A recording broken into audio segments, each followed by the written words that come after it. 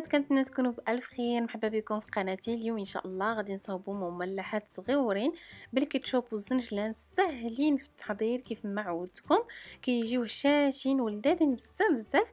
بالنسبه للمقادير وطريقه التحضير، غادي نقصنا بيضه، 2 معالق ديال الكريمه السائله، 2 معالق ديال الحليب، 40 غرام ديال الزبده المذابه، شويه ديال الملحه، الابزار والثومه غبره.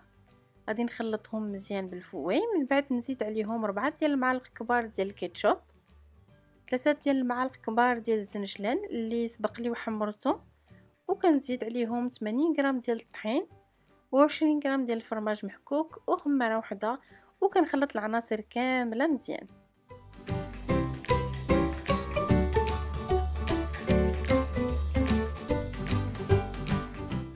انا غادي نستعمل هذا المول هذا، يمكن لكم تستعملوا اي مول عندكم ديال المملحات الصغار. وغادي نديروا لاباغي ديالنا في المول ونديروها في الفران طيب 15 دقيقه حتى تتحمر.